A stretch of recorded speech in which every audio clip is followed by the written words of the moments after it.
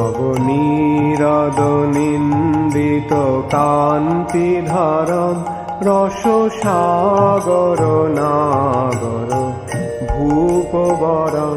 हरे कृष्णा। सभी को सादर प्रणाम। स्कंद 6 अध्याय 1 श्लोका 15। केचित् केवला भक्त्या केचित् केवलाय भक्त्या वासुदेव परायणा वासुदेवायना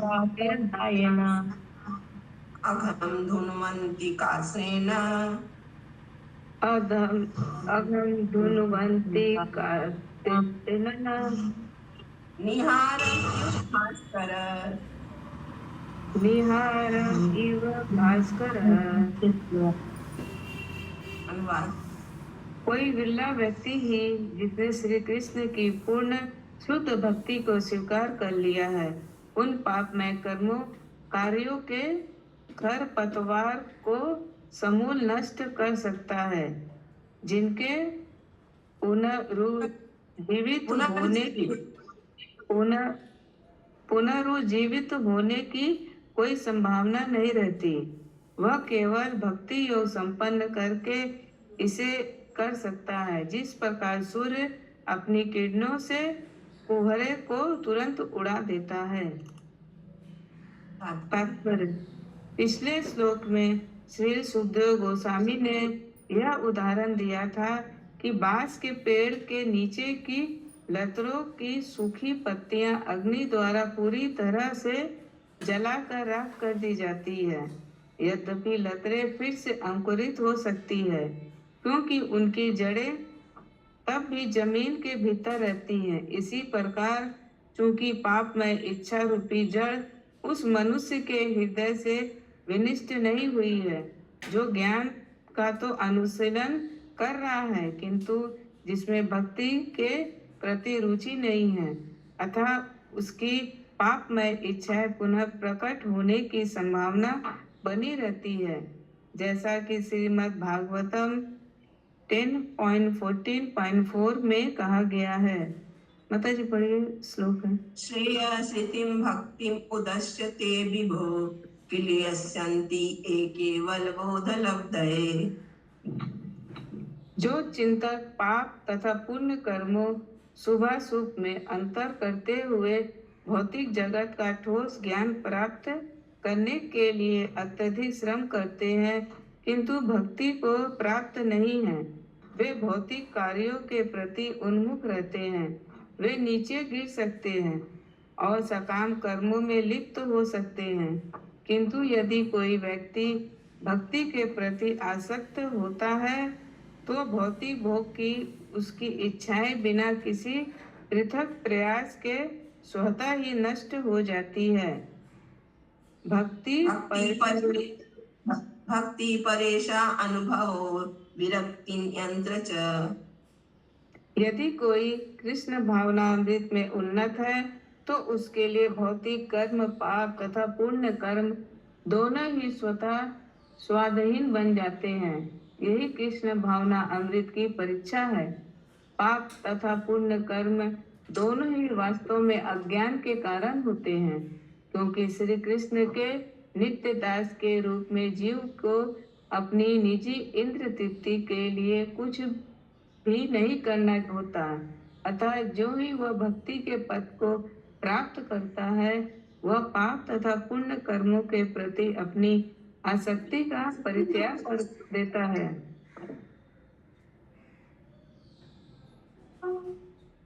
और केवल उसी में रुचि लेता है जिसमें श्री कृष्ण तुष्ट हो। भक्ति की यह विधि, यह श्री कृष्ण की भक्ति वासुदेव परायण मनुष्य को समस्त कर्म फलों से छुटकारा दिलाती है। चूंकि महाराज परीक्षित महान भक्त थे, अथवा उनके गुरु श्री सुखदेव गोस्वामी द्वारा कर्म कांड तथा ज्ञान कांड विषयक दिए गए उत्तर उन्हें तुष्ट नहीं कर सके। इसलिए श्री सुखदेव गोस्वामी ने अपने शिष्य के हृदय की बात भली भांति जानते हुए भक्ति के दिव्य आनंद की व्याख्या की।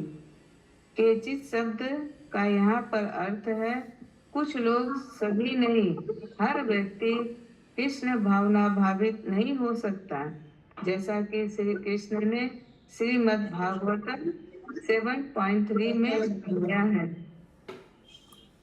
माता जी श्लोक है, मनुष्याणां सहस्रेषु कश्चित् यतति सिद्धये यततानामपि सिद्धानां कश्चिन्मां वेत्ति तत्त्वतः। कई हजार मनुष्यों में से कोई एक सिद्धि हेतु प्रयत्नशील होता है और वह इस प्रकार सिद्धि प्राप्त करने वालों में से मुश्किल से कोई एक मुझे वास्तव में जान पाता है। व्यवहारिक रूप से कोई भी व्यक्ति भगवान श्री कृष्ण को यथा रूप में नहीं जान सकता, क्योंकि श्री कृष्ण को पूर्ण कर्मों या सर्वोच्च ज्ञान की उपलब्धि द्वारा नहीं समझा जा सकता। वस्तुतः सर्वोच्च ज्ञान तो श्री कृष्ण को समझना है। श्री कृष्ण को न समझ पाने वाले अज्ञानी लोग यह सोचकर गर्व से फूले रहते हैं कि वे मुक्त हो गए हैं या कि वे भगवान श्री कृष्ण या श्री नारायण बन चुके हैं। यही अज्ञान है। भक्ति की शुद्धता को सूचित करने के लिए श्री रूप गोस्वामी ने भक्ति रसामिंदु सिंधु में 1.111 में कहा है। माता जी श्लोक है, अन्याभिलाषिता शून्यं ज्ञान कर्मादि अनावृतम् अनुकूल्येन कृष्णा अनुशीलनम भक्ति उत्तमा। मनुष्य को चाहिए कि परम भगवान श्री कृष्ण की दिव्य प्रेमा भक्ति अनुकूल रूप से तथा भौतिक लाभ या सकाम कर्मों अथवा दार्शनिक चिंतन के द्वारा लाभ की इच्छा से रहित होकर करे। यही शुद्ध भक्ति कहलाती है। श्री रूप गोस्वामी आगे यह भी बतलाते हैं कि भक्ति कलेश सबनी सुधा है, अर्थात जो भक्ति अंगीकार करता है उसके सभी प्रकार के अनावश्यक श्रम तथा भौतिक कलेश पूर्णतः समाप्त हो जाते हैं और उसे पूर्ण सौभाग्य प्राप्त होता है। भक्ति इतनी प्रबल है कि वह मोक्ष लघुताकृत भी कही जाती है। मोक्ष लघुताकृत भी कही जाती है। दूसरे शब्दों में यह मोक्ष की महत्ता को कम करती है। अब भक्तों को भौतिक कष्टों का सामना करना पड़ता है क्योंकि उनमें पापमय सकाम कर्म करने की प्रवृत्ति होती है। उनके हृदय में एक मिनट बोलिए सुनीति राधिका माता जी। हरे कृष्णा, चलिए पढ़िए। उनके हृदय में पाप कर्म करने की इच्छा अज्ञान के कारण बनी रहती है। ये पाप कर्म 3 कोटियों में विभाजित किए जाते हैं, पातक, महापातक तथा अतिपातक। इसके 2 विभाग भी किए जाते हैं, प्रारब्ध तथा प्रारब्ध तथा अप्रारब्ध। प्रारब्ध उन पाप फलों का घोतक है जिन्हें वर्तमान समय में भोगा जा रहा होता है, और अपरारब्ध घोतक है संभव कष्ट के स्रोतों का। जब भी पापों के बीज फलित नहीं होते तो ये फल अप्रारब्ध कहलाते हैं। पाप कर्म के ये बीज अदृश्य होते हैं किंतु वे असीम होते हैं और इसका कोई भी पता नहीं लगा पाता है कि सर्वप्रथम उन्हें कब बोया गया था। ये पाप फल जो अंकुरित हो चुके हैं और वे प्रारब्ध कहलाते हैं, उनके कारण मनुष्य को या तो निम्न कुल में जन्म लेने या अन्य कष्टों से पीड़ित होते देखा जाता है। तो यहाँ पर हरे कृष्णा, यहाँ पे पाप के बारे में बताया जा रहा है कि पाप तो 3 प्रकार के होते हैं, पातक, महापातक और अतिपातक। इसके भी 2 विभाग किए गए, प्रारब्ध और अप्रारब्ध। प्रारब्ध मतलब जिसका फल हम भोग रहे हैं, तो वो हमारे पाप का बीज अंकुरित हो चुका है, उसको हमको सजा मिल रहा है, तो वो प्रारब्ध हुआ। और जिसका बीज अभी अदृश्य है, जो नहीं दिखाई दे रहा है, कब मिलेगा उसका फल और कब मैंने पाप किया था, ये सब अप्रारब्ध में आता है। किसी को कोई प्रश्न है यहाँ सब तो पूछ सकता है, नहीं तो फिर हम लोग आगे बढ़ते हैं। चलिए पढ़िए माता जी। किंतु जब मनुष्य भक्ति ग्रहण करता है तो पापमय जीवन की सारी अवस्थाएं, जिनमें प्रारब्ध, अप्रारब्ध तथा बीज सम्मिलित है, समाप्त हो जाती है। श्रीमद् भागवतम 11.14.19 में भगवान श्री कृष्ण उद्धव को बताते हैं। माता जी श्लोक है। यथा यज्ञेषु समृद्धार्ची करोति अधांसि भस्मसात् तथा मत विषया भक्ति उद्वयंसांसि कृतनश। हे उद्धव, मुझसे संबंधित भक्ति उस प्रज्वलित अग्नि के समान है जो इसमें डाले गए पाप कर्म रूपी सारे ईंधन को जलाकर भस्म कर डालती है। यह भक्ति किस प्रकार से पाप में जीवन के फलों को समाप्त कर देती है, उसकी व्याख्या श्रीमद् भागवतम 3.33.6 में एक श्लोक में की गई है, जो भगवान श्री कपिल ने अपनी माता देहूति को उपदेश में देते हुए कहा था कि देहूति ने कहा। माता श्लोक है। यन्नामधेय श्रवणानुकीर्तनात् यद्वहनात् यत्स्मरणादपि क्वचित् स्वादो अपि सद्य सवनाय कल्पते कुतः पुनस्ते भवन दर्शनात्। हे प्रभु, यदि चंडालों के परिवार में उत्पन्न हुआ व्यक्ति भी अपने यश को सुनता है और बारंबार उसका कीर्तन करता है, यश को, अपने नहीं, आपके यश को। ओ हाँ, आपके यश को सुनता है और बारंबार उसका कीर्तन करता है, आपको नमस्कार करता है और आपका स्मरण करता है, तो वह ब्राह्मण से बढ़कर है अथवा यज्ञ करने का पात्र है। इसलिए जिसने आपका साक्षात दर्शन किया हो उसके विषय में क्या कहा जाए। पद्म पुराण में एक युक्ति है कि जिन व्यक्तियों के हृदय भगवान श्री विष्णु की भक्ति के प्रति अनुरक्त है, वे जीवन के समस्त पाप फलों से तुरंत मुक्त कर दिए जाते हैं। ये फल सामान्यतः 4 अवस्थाओं में रहते हैं। इनमें से कुछ तुरंत फल देने वाले होते हैं, कुछ बीज रूपी में रहते हैं, कुछ अव्यक्त रहते हैं और कुछ वर्तमान से संबंधित होते हैं। ऐसे सारे फल भक्ति द्वारा तुरंत निरस्त हो जाते हैं। जब किसी के हृदय में भक्ति उपस्थित होती है तो पाप कर्म करने की इच्छाओं के लिए उसमें कोई स्थान नहीं रह पाता। पापमय जीवन अज्ञान के कारण होता है, जिसका अर्थ है ईश्वर के नित्य दास के रूप में अपनी स्वाभाविक स्थिति को भूल जाना। किंतु पूर्णतः कृष्ण भावना भावित होने पर उसे अनुभूति होती है कि वह ईश्वर का नित्य दास है। इस संदर्भ में श्री जीव गोस्वामी की टीका है कि भक्ति के 2 विभाग किए जा सकते हैं।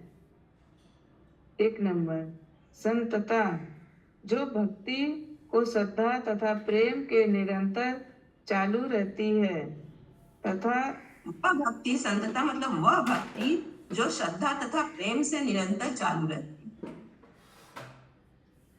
2 नंबर है कादा चित्ती, वह भक्ति जो निरंतर चालू नहीं रहती अपितु कभी कभी जागृत होती है। संतता भक्ति को भी 2 विभागों में बांटा जा सकता है। 1 किंचित आसक्ति सहित संपन्न सेवा, दूसरा रागानुराग भक्ति, कदाचित कि भक्ति के 3 विभाग किए जा सकते हैं। पहला की राग मतलब कदाचित, मतलब कभी कभी। 3 भाग में विभाग किए जा सकते हैं। इसमें से पहला है रागा भासमयी, वह भक्ति जिसमें मनुष्य अनुरक्त प्राय होता है। दूसरा रागा भाष शून्य स्वरूप भूता भक्ति, जिनमें रागा अनुराग प्रेम नहीं होता, किंतु मनुष्य सेवा करने की स्वाभाविक स्थिति को चाहता है। तथा तीसरा आभास रूपा भक्ति की किंचित झलक। जहाँ तक प्रायश्चित की बात है, यदि किसी को भक्ति की किंचित झलक प्राप्त हो जाती है तो प्रायश्चित करने की सभी आवश्यकताएं नहीं रह जाती। अतः जब मनुष्य को रागानुराग प्रेम प्राप्त हो चुका हो और उसके साथ प्रेम से लगाव हो जो कि कदाचित की प्रगति के लक्षण है, जो प्रायश्चित निश्चित रूप से अनावश्यक होता है। यहाँ तक कि आभास रूपा भक्ति अवस्था में पाप में जीवन के सारे पाप फलों का उन्मूलन एवं विनाश हो जाता है। श्री जीव गोस्वामी का मत है कि क्या है माता जी? हरे कृष्णा माता जी, आप बोलिए क्या लिखा हुआ है? काश्यन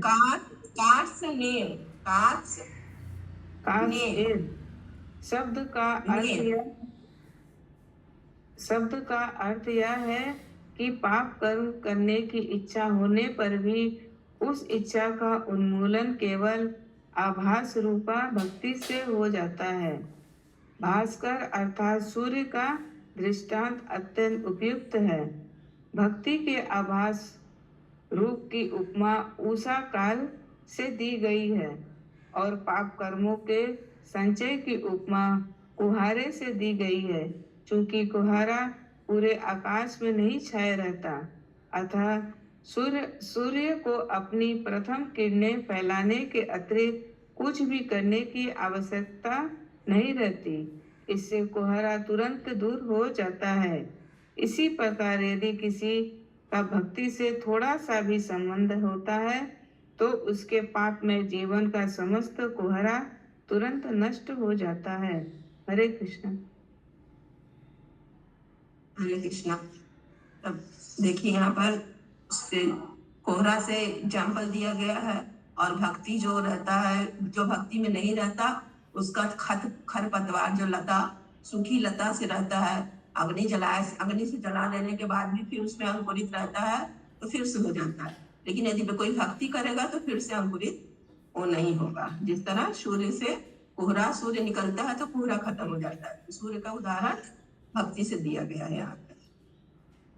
किसी का कोई प्रश्न है? श्लोका 16। न तथा ही अघवान राजन, न तथा अघवान राजन, उएत तप आदि भी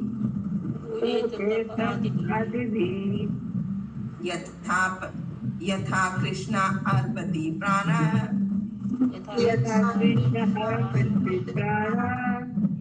तत्पुरुष निषेवया।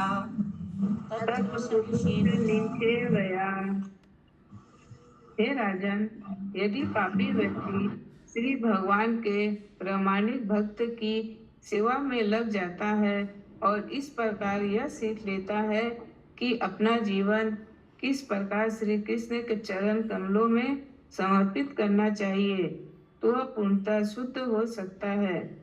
तपस्या, ब्रह्मचर्य तथा मेरे द्वारा पूर्व से वर्णित प्रायश्चित के लिए अन्य साधनों को संपन्न करने मात्र से वह पापी शुद्ध नहीं बन सकता। तात्पर्य: तत्पुरुष घोतक है। कृष्ण भावना अमृत के प्रचारक का यथा गुरु का श्री नरोत्तम दास ठाकुर ने कहा है, छाड़िया वैष्णव छाड़िया वैष्णव सेवा निस्तार पाए छे केवा। प्रामाणिक गुरु अर्थात आदर्श वैष्णव की सेवा किए बिना ऐसा कौन है जिसका माया के पास से उद्धार हो सके। यही भाव अन्य अनेक स्थानों पर भी व्यक्त हुआ है। श्रीमद् भागवतम 5.5.2 में कहा गया है। माताजी श्लोक महत्सेवां द्वारम आहो विमुक्ते। यदि कोई व्यक्ति माया के पास से मुक्ति चाहता है तो उसे शुद्ध भक्त महात्मा की संगति करनी चाहिए। महात्मा वह है जो 24 घंटे श्री भगवान की प्रेममयी सेवा में लगा रहता है, जैसा श्रीमद् भागवत गीता 9.13 में भगवान श्री कृष्ण कहते हैं। माता जी श्लोक है, महात्मानस्तु मां पार्थ दैवीं प्रकृतिम आश्रिता भजन्तीम अनन्य मनसो ज्ञात्वा भूतादिम अव्ययम्।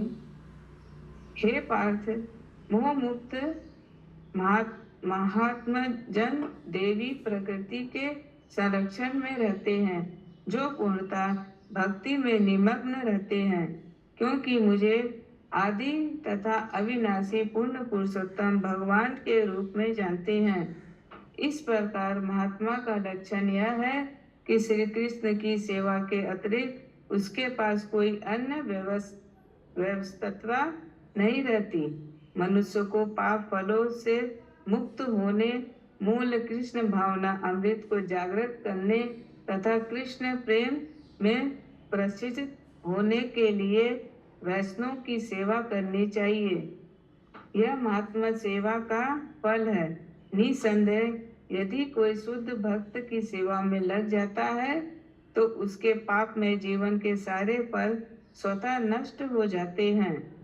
भक्ति की आवश्यकता पापों के तुच्छ ढेर को नष्ट करने हेतु नहीं, अपितु श्री कृष्ण के प्रति हमारे सुप्त प्रेम को जागृत करने के लिए पड़ती है। जिस प्रकार सूर्य प्रकाश की पहली झलक पाते ही कोहरा दूर हो जाता है, उसी प्रकार शुद्ध भक्त की सेवा प्रारंभ करते ही उसके पाप फल स्वतः नष्ट हो जाते हैं। इसके लिए किसी पृथक प्रयास की आवश्यकता नहीं होती। कृष्ण अर्पित प्राण शब्द उस भक्त का घोतक है जो अपना जीवन श्री कृष्ण की सेवा करने में अर्पित कर देता है, न कि अपने आप को नारकीय जीवन के मार्ग से बचाए जाने हेतु। एक भक्त नारायण पारायण या वासुदेव पारायण होता है, जिसका अर्थ यह है कि वासुदेव मार्ग या भक्ति मार्ग ही भक्त का जीवन एवं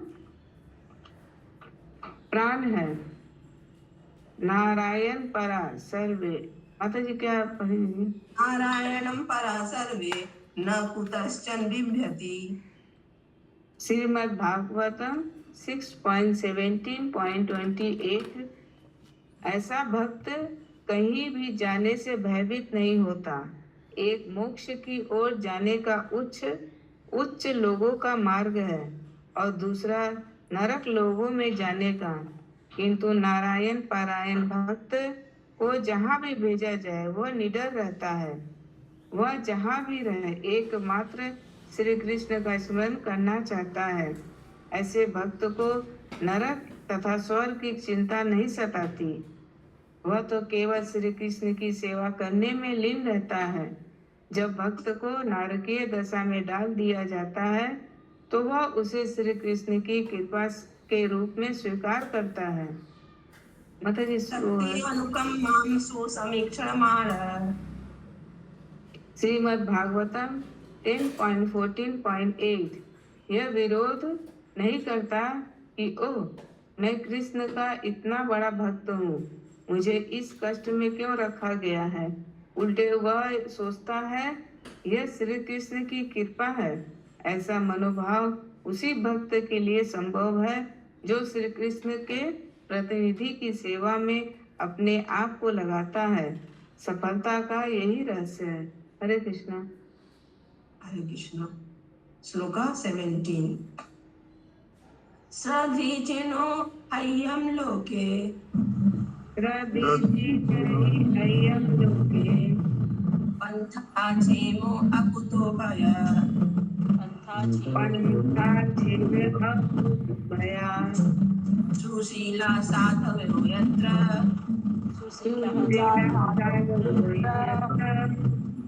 नारायण परायणा।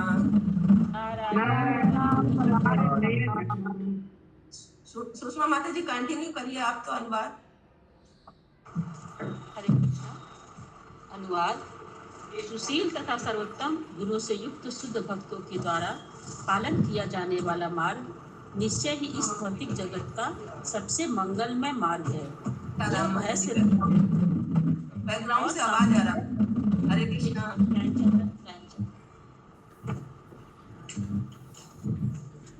हरे कृष्णा। अभी ठीक है। हाँ। सुशील तथा सर्वोत्तम गुणों से युक्त शुद्ध भक्तों के द्वारा पालन किया जाने वाला मार्ग निश्चय ही इस भौतिक जगत का सबसे मंगलमय मार्ग है। यह भय से रहित है और शास्त्रों द्वारा प्रमाणित है। तात्पर्य। किसी को यह नहीं सोचना चाहिए कि भक्ति अंगीकार करने वाला व्यक्ति ऐसा व्यक्ति होता है जो वेदों के कर्मकांड अनुभाग में संस्तुत अनुष्ठानों को संपन्न नहीं कर सकता, या कि वह आध्यात्मिक विषयों पर चिंतन करने के लिए पर्याप्त शिक्षित नहीं होता। मायावादी सामान्यतः यह आरोप लगाते हैं कि भक्ति मार्ग स्त्रियों तथा अशिक्षितों के लिए है। यह निराधार आरोप है। भक्ति मार्ग का अनुसरण अत्यंत विद्वान पंडितों यथा श्री चैतन्य महाप्रभु तथा रामानुजाचार्य जैसे गोस्वामियों द्वारा किया गया है। भक्ति मार्ग के यही वास्तविक अनुगामी है। आपकी जसवर माता जी बोलिए। साउंड क्लियर नहीं है। कहीं से आवाज आ रहा है। पूनम माता जी तक काफी कम। भक्ति मार्ग के यही वास्तविक अनुगामी है। कोई चाहे शिक्षित या उच्च कुलीन हो या ना हो, उसे इनके लिए पद चिन्हों का अनुसरण करना चाहिए। महाजनों एन गतः स पंथा। मनुष्य को महाजनों के मार्ग का पालन करना चाहिए।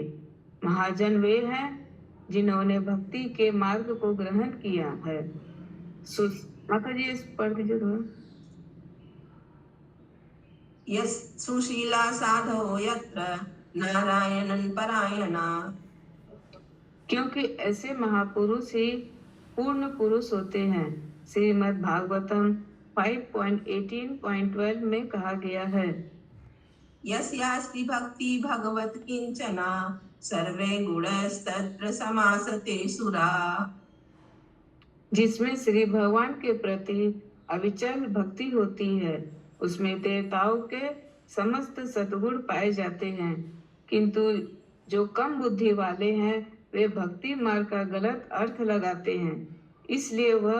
इसलिए वे यह आरोप लगाते हैं कि भक्ति उन लोगों के लिए है जो अनुष्ठान संपन्न कर सकते हैं या चिंतन नहीं कर सकते।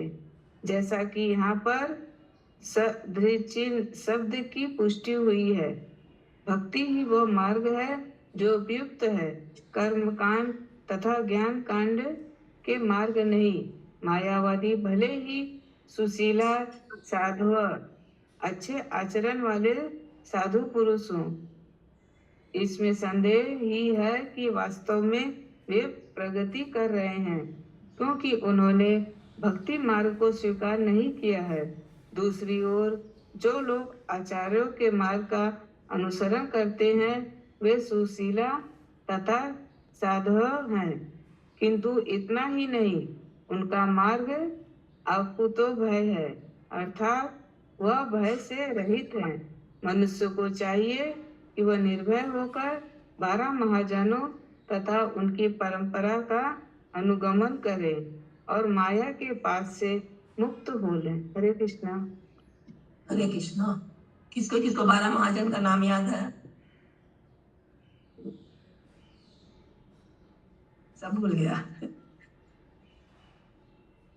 श्लोका 18 प्रायश्चितानि चैनानि परायश्चित्तानि चीर्णानि नारायण परामुखम् नारायण नारायण पराङ्मुखम् न निष्पुनन्तु राजेन्द्र न निष्कुरुते राजेन्द्र सुराकुम्भम् इवापगा। सुरकुम्भ इव आपद। हरे कृष्णा माता ये जी, अर्जुन आपको याद है तो आप जरा बताइए ना, काबूत में आ सकता है? आ सकता है सब पूरा तो मुझे भी नहीं लर्न होगा। बलि महाराज, जनक, भीष्म, प्रहलाद, सुखदेव गोस्वामी, व्यास जी, कुछ कुछ याद है, हमको भी पूरा नहीं याद है। हाँ, बच्चे शास्त्र में पढ़े थे माता जी, लेकिन भूल गए। भूल गए। ठीक है माता जी, ठीक है। ठीक, हम बताते हैं, अभी लास्ट में बताते हैं। ठीक है माता जी, ठीक है, लिखेंगे माता जी। नंदिनी माता जी हैंड रेस की हैं, उनको याद है, बोलिए माता जी।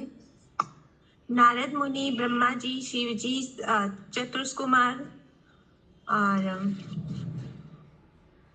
फिर ये जनक, और जो आप बताए थे सारे वो, यमराज, प्रहलाद महाराज, यमराज। चलिए ठीक है, अभी पढ़िए कृष्ण महाराज। अनुवाद।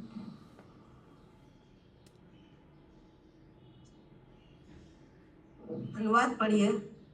हे राजन, जिस प्रकार सूरज के सने हुए पात्र को अनेक नदियों के जल से धोने पर भी शुद्ध नहीं किया जा सकता, उसी प्रकार अभक्तों को प्रायश्चित की विधियों से शुद्ध नहीं बनाया जा सकता, भले ही वह उन्हें बहुत अच्छी तरह से संपन्न क्यों न करें। तात्पर्य, प्रायश्चित की विधियों से लाभ उठाने के लिए मनुष्य को थोड़ा बहुत निष्ठावान होना ही चाहिए, अन्यथा उसके शुद्ध होने की संभावना नहीं रहती।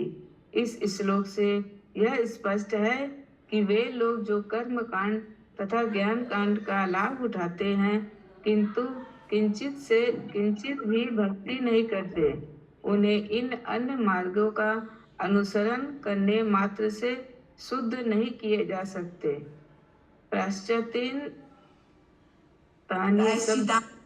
प्रायश्चितानि शब्द कर्मकांड तथा ज्ञान कांड दोनों को ही सूचित करने के लिए बहुवचन में प्रयुक्त हुआ है। प्रायश्चित शब्द एक होता है और प्रायश्चितानि मतलब बहुवचन होता है, बहुत सारे प्रायश्चित।